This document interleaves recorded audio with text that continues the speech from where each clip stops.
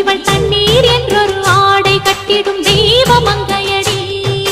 தையம் தீயம் தக்கு தீயம் தக்கு தையம் தீயம் தக்கு தீயம் தக்கு தையம் தீயம் தக்கு தீயம் தக்கு தையம் தீயம் தக்கு தீயம் தக்கு